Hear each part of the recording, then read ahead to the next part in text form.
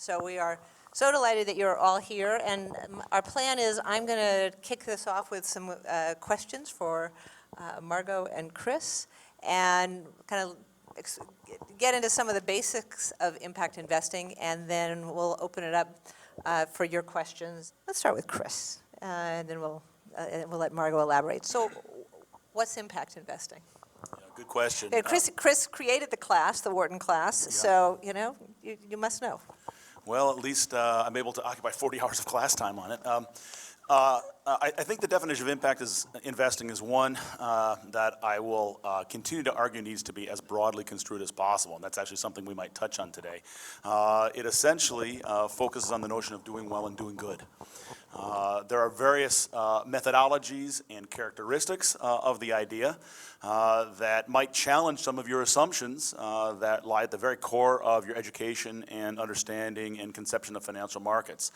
Things like the notion of shareholder primacy, or the idea that you learn when you walk into Wharton, sort of Finance 101, that tells you what? Maximize someone say cost. Maybe. Maximize shareholder value, right? Capital structure may not matter. Under Modigliani-Miller, of course, the real world intercedes at some point. But the notion at the end of the day that you maximize shareholder value is different from one that permeates the notion of impact, which is the idea that there are many stakeholders in any enterprise. And if you think about the very fundamental definition of impact, I've traced it back to Sumerian times, when business really was done in the honor of the gods. So the higher purpose of enterprise from its earliest beginnings was, in some sense, a double bottom line exercise. And to us in this class, and also in the research that we're doing in conjunction with the Impact Initiative and elsewhere, it focuses on both of those. And the question that it asks and it tries to give perspective on is it possible to do well and do good at the same time? And if not, is there a trade-off, and how can we characterize it? Now, the good news is that there may not be as much of a trade-off as many think. Great. So, Margot, two questions then for you. So Chris talked about doing well and doing good. What does doing good mean in this space? How do we define doing good? So I usually answer with a much less erudite answer than you provided when people ask me what is impact investing. So just to supplement, because I think there's a lot of nuance packed into it, a lot of historical precedent, but also some probably deceptively simple principles that I just want to make sure we build on what you said. And in particular, I just want to highlight this role of intent. So impact investments are investments made with an intent to create positive social and or environmental impact. And people often ask, well, don't all investments have an impact? Good, bad, mixed, how do they net out? It depends. And arguably that's true, or maybe even inarguably, but it's this role of an intent to create a positive impact that would differentiate an impact investment from another form of investment. And I was giving a staff lunch at a foundation today who's a very active shareholder. They're a very activist shareholder. That's sort of their way of pursuing impact in the corpus of the foundation. And I gave the example of gun control, right? And a sort of a traditional, what we might call socially responsible investment response to gun violence, and an impact investing response. And so, to take the example, CalPERS in 2013 very publicly divests from two gun manufacturers, right, following a string of high-profile school shootings. That was their way of being sort of an active steward of their pension resources. They say, we're going to divest completely. An impact investing approach might be to invest in a company called Liberty United that we actually profile in the book, that funds gun buyback programs both in Africa and here in the US, and converts those bullets and that artillery into jewelry that they sell actually at very high-end retailers, and take the profits and plow it back into more gun buyback programs. So they're not necessarily substitutes. They can be highly complementary, in fact, but you can sort of begin to see in that example the role that an impact investment, both that intent to create an impact and then that active sort of pursuit of positive social returns, which I would say differentiates it from sort of SRI strategies. This concept of doing well and doing good, it's, can you make a profit and have an impact? And I think an interesting and possibly never-ending debate that often comes up is, are those things at the expense of one another? You know, is it always zero sum and you have to pick how much impact you want and how much financial return you want? Or can they be sort of win-win? And we can get into that now, or we can sort of punt for a little while, but that's often the next question that comes up after one asks whether you can do well while doing So good. the story behind the story is that Margot and I have actually done this before. We did it in Miami, and it was a lot of fun. Much and more hospitable climate. At least outside. Inside, it's a warm environment. You know, there are open questions, and I would counsel all of us who are thinking about this notion of doing well and doing good to be as broad as possible, because there are challenges in the definition of what impact is. For example, just start with the basic mathematical idea of a negative screen or a positive screen. It sounds on the surface that, oh yeah, we can think about screening in and or making specific investments that have impact in the world according to someone's definition of it. But mathematically, a negative screen is the same as a positive screen. In fact, a positive screen is a massive negative screen on every other investment in the world.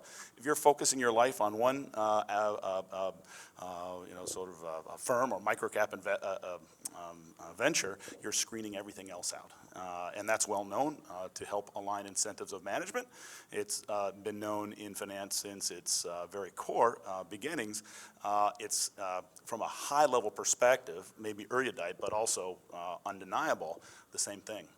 The second thing is that sometimes you see impact investments being measured by the things they do in the world. An impact investment creates jobs. Say a microfinance funded entity in sub-Saharan Africa creates jobs targeted toward the base of the pyramid. Well, now suddenly job growth is a measure that we can observe and contract on and monitor and hold up and understand, but job growth is also just business. So there are some areas that sound like they're easily distinguished, but they're actually may not be.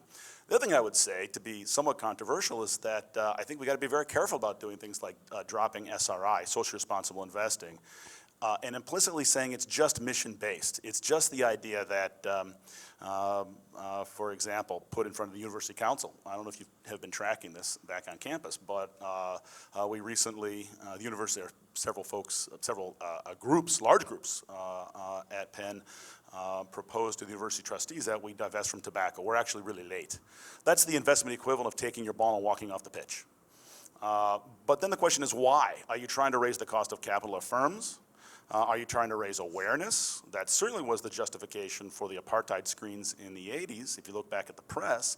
Now you're suddenly expressing your values through a negative screen that specifically is raising the cost to those bad actors, so to speak, and imputing hopefully some kind of social good.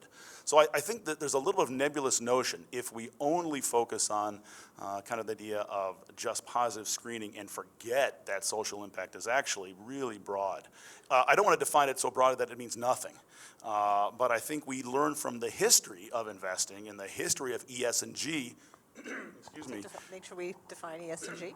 Yeah, environmental, social, and governance concerns, because they've been around for a long time, and we can learn from those, even though we're focusing today on the good projects that you heard about in the presentation, or financial empowerment using technology for the base of the pyramid. So I think there's an open question about exactly how we define it, and I think there's danger that we leave something behind. If we don't make it broad. Say more about what you think that danger is. The danger is we lose an investment strategy that might also allow us to do well and do good, or? Well, so for example, I mean, here's a question about, so it also connects, let me answer it in two ways. Let me just sidestep the question for a second. I'm going to come back to it. One notion that I have is that, very broadly speaking, there is nothing new about environmental and social concerns in investments as it relates to the management of companies, in the sense that it appears to be in the data highly correlated with good governance of firms. We know a lot about governance. Governance is a hot topic. It's been a hot topic in investments forever. If we forget that link, we're dropping research, we're dropping data, we're dropping knowledge, and I worry about that. Here's the second thing. If we only focus on microcosm investments and we hold aloft the notion of investing at the pyramid, and that is of interest to many of you for many reasons. I mean, I have some folks in my executive MBA program this year, class this year, who raised their hand and said the reason we're really concerned about the base of the pyramid is that the pyramid will eventually be a triangle. And we'll be able to sell oil to the triangle or something. I mean, it really was kind of a wild idea relative to what you normally have when you talk about the base. But then you leave aside, unless you're careful, all kinds of notions of investment products and services that will help in focus on entrepreneurship at the base. And I worry about leaving that aside. Because why might that be? Because there are 4.5 billion people at the base. It's not going to happen 10 million at a time. It's just not. It's just not. And which means you have to attach to the big pools of capital. You have to attach to pools that have fiduciaries overseeing them. And now you're running to the big fiduciary question, which is the other F word. Margot, would you like to get into this? Maybe I want to take up on the F word, but I was going to jump in with a couple of examples. I think in principle I'm in favor of the big tent, but I had an experience very recently with a foundation that's a newer entrant into the impact investing space. It's a living donor, actually quite a high-profile billionaire. But the board was debating whether to become an active impact investor in the U.S. And there was about half the board that said, isn't that just a more clever way to lose our money? Why don't we just keep giving grants? And the other half said, but that's what pension funds are doing. If commercial capital is doing it, why should we do it as a foundation? And so you have people sitting around the table, you know, probably for better, most people are now familiar with the term impact investing, or most people at least in those kind of spheres, but people receive it with very different reference points. And as a consequence, you're not having a conversation about a shared set of possibilities. You know, one side of the table is talking past the other side, and the truth is that it could include all those things. It could include a very clever way to lose your money, as you would with a grant. You could intentionally seek to take a lot of risk that you wouldn't be compensated for. And so, you know, that could be a plausible strategy. And similarly, you could have pretty competitive financial returns while seeking some positive social and environmental impact. But I think the danger of just having a term on top of so many things is that it begins to be difficult to have conversations about what it is that a group of people want to do. And so I think we do need, as a colleague of ours says, tables within the tent. So maybe the tent is good to be left large, but some way for folks to find each other, because there is a lot of diversity by sector, by geography, and mostly controversially by level of financial return. And that division between folks that need to seek or believe they need to seek a so-called market rate of return, and those that can seek or want to seek, in some cases, a concessionary rate of return. But just, if I may, and I'm sorry to make this a bit schizophrenic, but to go back to this issue of doing well and doing good, I think that relationship is different in different circumstances because social change is necessarily very complex and multifaceted. And so among the many debates that take place in this sector, you often hear this debate about whether there's that trade-off I mentioned or whether it's positively correlated. And for the reasons that you were starting to get into, there's a lot of sort of data and beliefs that go into those different conversations. But I was talking to a colleague recently about microfinance. And you would probably, all of you know better than I what the data say, but the last data that I've seen say that if you look at percentage of women borrowers, for example, at a microfinance institution, that's generally positively correlated with the profitability of the microfinance institution, right? Women are good borrowers, so MFI, microfinance institutions that serve a lot of women, do well in terms of a return on equity or return on assets. If you look at percentage of rural borrowers, often a kind of an aspiration that's put onto microfinance institutions, that's generally negatively correlated with profitability. And again, it sort of makes sense, right? It's more expensive to serve rural clients. You know, you've got less density, higher costs in reaching folks. And so you've got two goals that are often ascribed to microfinance, right? Gender empowerment and extending or democratizing financial services, both with a different fundamental relationship to the financial profitability of the institution within one sector and sometimes one institution. So just to say that the conversations are rich, and as you drill down, it usually only gets more complex, but I think that's what makes it interesting. Great.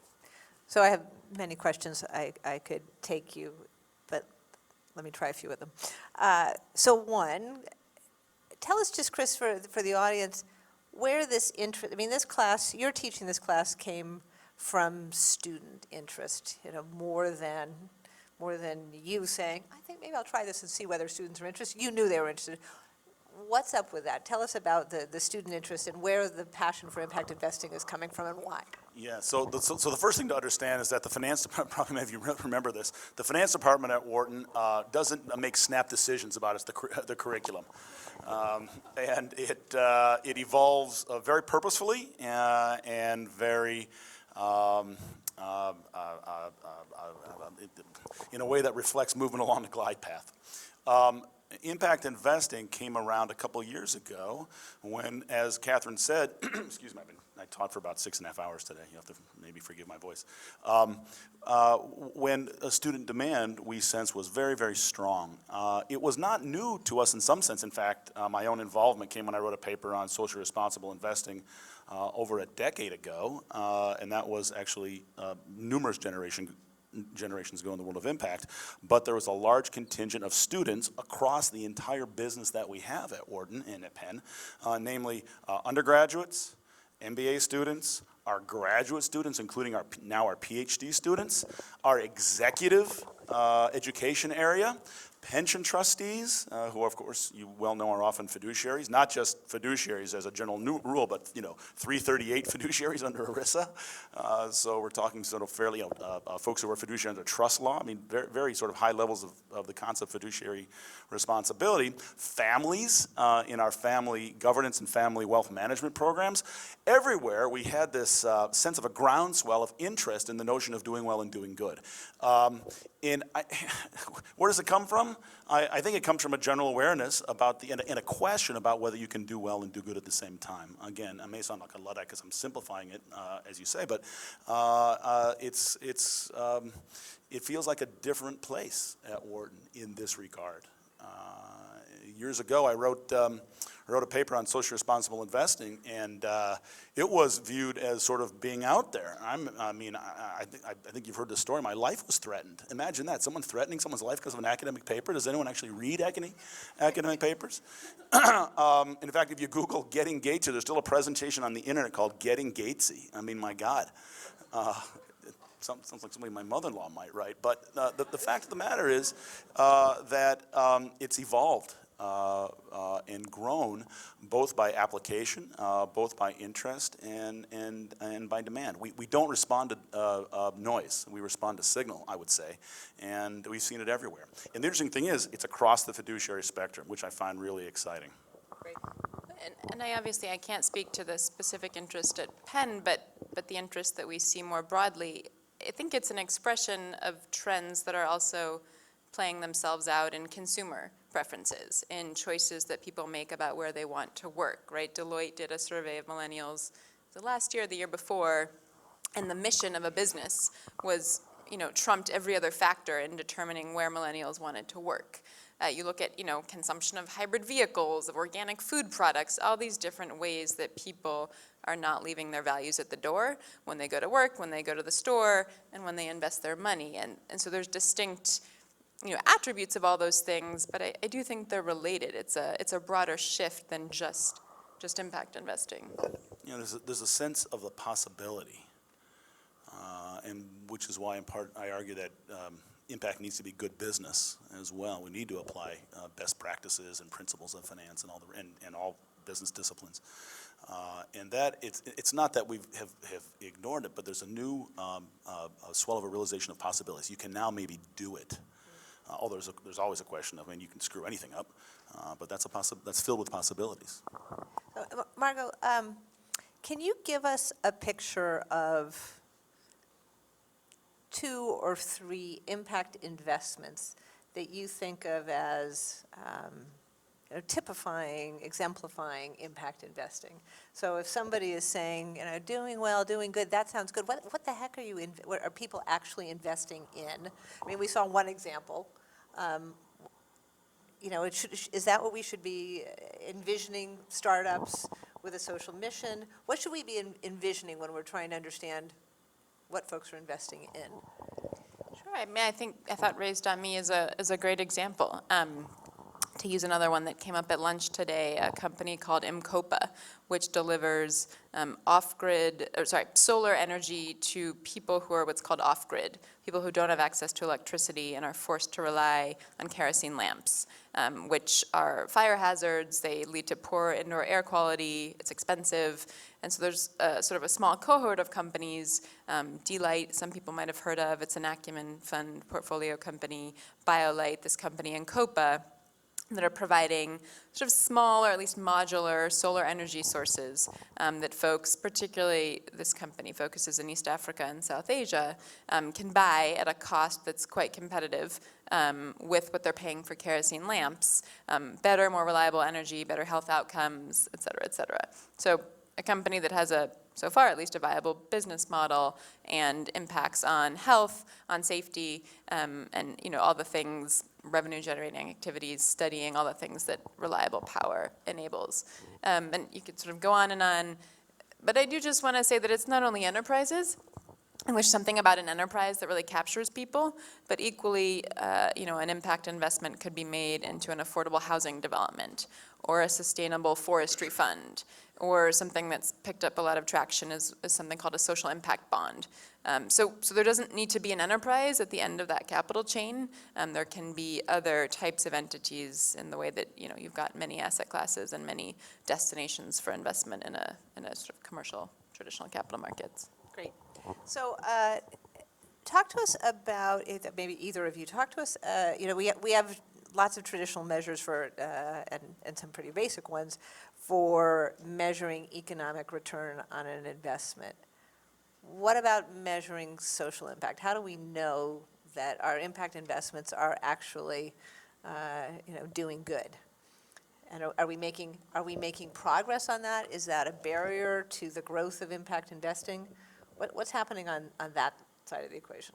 So as a formal matter, there are a number of ways to measure it.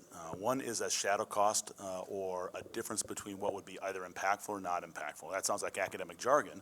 What I'm saying is there a difference between something that is on the one hand impactful and on the other hand not impactful? For example, consider job growth at the base of the pyramid. By the way, when I say base of the pyramid, is everyone keyed into what I'm talking about? It follows from the definition of an academic named C.K. Prahalad, who wrote a number of papers about a book a decade ago, defining the base of the pyramid as being occupied by 4.5 billion people living on $2 or less a day.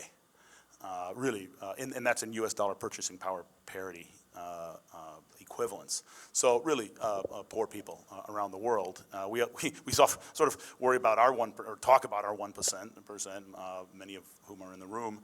Our pyramid is way at the top of the pyramid of the world. The basic idea is trying to understand the life impact of people at the base. Now, one thing you could do is capitalize or account for the economic change or sensitivity or elasticity with respect to $1 of an impact investment. You can calculate the present value, because we all in finance like to calculate present values, with respect to the change of an impact initiative. IRIS, a few others out there are trying to do these kinds of things, but it's a very, very difficult idea to discount cash flows that you can estimate or observe in today's world, as opposed to something that is nearly ethereal in some sense at the base of the pyramid. So actually estimating the direct financial NPV differences or differences in Sharpe ratios or differences in IRRs turns out to be fairly challenging. So that's one of the realizations of the classes that I have. And by the way, I forgot to footnote this. I'm teaching both investment management now that I think some of you took, and some of you took it like 17 years ago, so it's nice to see you. I have something like, let's call it 80 students in investment management. I have about 180 in impact investing. to give you a sense of the flavor and the change that you've seen.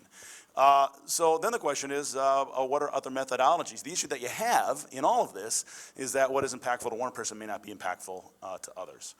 You may be someone who is very concerned about entrepreneurship at the base of the pyramid as a way of proverbially giving someone, instead of giving someone a fish, teaching them to fish, you know, the old metaphor.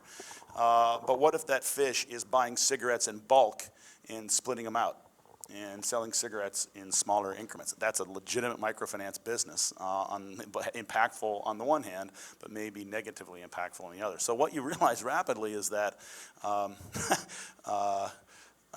what's blue to you may not be blue to me.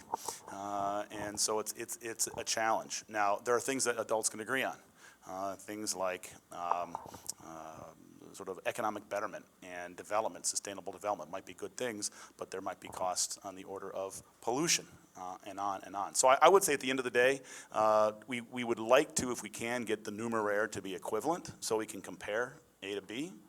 And that's what economists do, for example, but it's a real challenge. The good news is there's no shortage today of opportunities to invest in and think about what's important to you, not just from a Sharpe ratio perspective, a maximize IRR, or maximum NPV, but also an impact perspective. Just to add a little bit, maybe from more of a practitioner perspective, probably the two tools that come up the most when you talk about measuring non-financial impact are this thing called IRIS that Professor Gatesy mentioned. It stands for the Impact Reporting and Investment Standards, and it's a set of reporting standards. So if we're going to talk about jobs, are we talking about full-time salary jobs with benefits, or are we talking about part-time seasonal employment? So when I'm invested in multiple farm companies, and company A tells me I created 600 jobs last year, and company B tells me I created 30 jobs. Is that apples to apples, or are they actually 30, family-sustaining jobs with benefits and 60, 1-month seasonal jobs? So that's IRIS. That's, apples to apples with almost no prescription in it. It's a dictionary, essentially, that people can pick from. There's also something called the Global Impact Investing Rating System, built on the impact standards that underpin something called a B Corporation, which we can get into. And it's more prescriptive. There's metrics that are sort of categorized in different dimensions: impact on your employees, your products and services, your governance, et cetera, sort of modulated by the size of the company and the sector. But it boils down to an underlying mark. And that takes away a lot of the sort of subjectivity, let's say, that any one investor would put in. And I think in practice you get pushback from both, right? You give people a dictionary and they say, well, what am I supposed to be choosing, right? Like how many trees, how many jobs, what am I, this is a laundry list, what am I supposed to be looking at? When you give people a 3 stars out of 5 or what have you, they say, well, wait, what are you doing? Like, I want to pick. Well, how did you weight the job? What about women? What about, And so in principle, I think it's going to be a bit of a Goldilocks. People want some guidance. They want to know what is impactful based on, what academic literature says, what sort of continuous feedback from the field and from management, from customers say. And they want some ability to be able to add, metrics that are particularly important to them or to their stakeholders. And so there is this sort of navigation between prescriptive and choose your own metric that people are trying to thread. The product producers, the buy side, private wealth management, institutional product producers are responding. I don't know of a large private wealth organization that does not have some kind of impact component, whether it's the world's largest trust company, U.S. Trust, to one of the world's oldest private banks, Coots. They're all embedded in some way in trying to figure out how to customize the notion of impact. Just like they have separately managed accounts for you, if you're at a certain level, they now have separately managed socially impactful initiatives that can be highly specific to you. The interesting thing about that is that you are potentially your own fiduciary, and so that handles sort of one aspect of the question.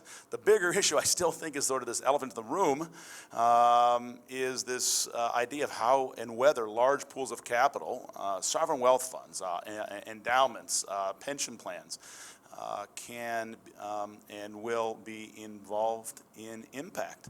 The UN Principles of Responsible Investment have sort of taken the world by storm, although you see some folks pulling out now, which if you want to Google it, you can spend some time with it. But the basic idea is that there are a series of ESG-oriented pursuits that large asset owners and their service providers and their product producers, like the BlackRocks of the world and so on, will focus with respect to their investments on. In other words, they will require or question companies about producing an environmental transparency report, is a great example. I work with the chairman of a large insurance company, and we had a conversation recently about an analyst call in which an analyst asked him why they're not investing in green bonds with the general account of the firm. That is, 20 years ago, if you asked me whether you'd ever see that, I would say that would be unlikely. And now there's a demand for it. And at the end of the day, the way we organize enterprise is as a nexus for how we allocate resources in a world as a social choice. The notion of stakeholders being important as opposed to just shareholders is age-old. And by the way, also exists in corporate America, right? You mentioned B Lab and B Corps. We have benefit corporations, which can be specifically in their corporate charters in 33 states be organized not to maximize shareholder value, but stakeholder value. And that's potentially a non-financial idea. It's a doing good while doing well idea. There are no publicly traded benefit corporations, but there are private benefit corporations. Well, Natura in Brazil became one of the first publicly traded. No, in the United States, yeah. Right, the subsidiary. There's the Plum Organics is a subsidiary, right, of Campbell Foods. Right, but wholly owned subsidiary. But Campbell is not, right, is right, not a benefit.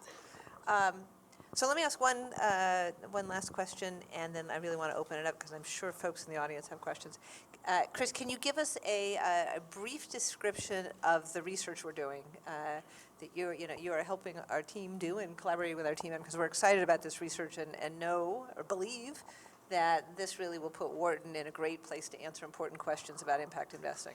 Yeah, the good news is that all the questions that we've been talking about are on the research dockets of our faculty, and we stand on the shoulders of giants like Margot and Judy Roden in the way they have sort of defined one definition of impact, and we're thinking about the questions that we've just been talking about.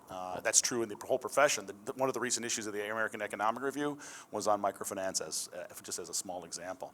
At Wharton, we've been doing some research, as I mentioned, on responsible investing, whatever that means, and we discussed the definitions of it and sort of try to map out what it means. Most recently, we've had an open question which was sponsored by someone in industry who asked us, what do venture capital exits look like?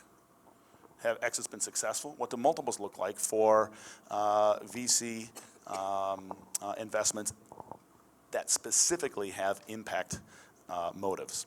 And the answer was we don't know because nothing existed. So through the funding from that particular donor and through the good offices of the Impact Initiative with Jacob and the entire team, Henry and Nick and others, as well as students, we have been involved now for many months developing the world's first impact venture capital investment database. We've identified many funds, 1,000 funds. We are collecting over 200 variables from all kinds of impact-oriented funds, and we're now starting to see some early results. Should I tell you some of the early results? They're really early, so the standard error is big. The T-stat is low, but what we're finding is that, at the median and the mean, holding some big outliers constant, the average is about the same as you see in the other venture capital literature. And averages IRRs, in the high teens compared to comparators, which are just a little bit higher. So call it 200 basis points difference, say, at the average, at the early average. We see some outliers, which is of concern. We're also looking into some and multiples that are very comparable to the non-impact space. And by the way, we didn't go into this with any agenda. You can't do that. We were very open, and we're going to report if we had negative returns on the whole thing. We're also finding that about half the funds have an ongoing focus on impact. Now, the downside of that is about half the funds that we find don't. And in some cases, GP contracts don't specifically target social impact success.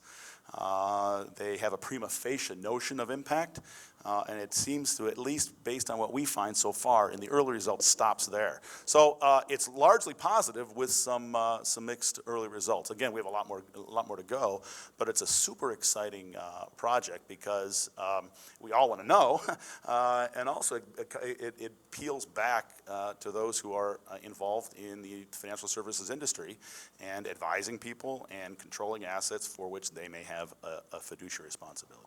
Yeah, it's great. I mean, I can tell you that, one of the first places when we, academics look to figure out, is there a research literature on a topic? Google, of course, Google Scholar specifically. And you put impact investing in Google Scholar, and it's astonishing how little comes up. I mean, there's just so little rigorous academic research on the topic. So we're really excited about this work.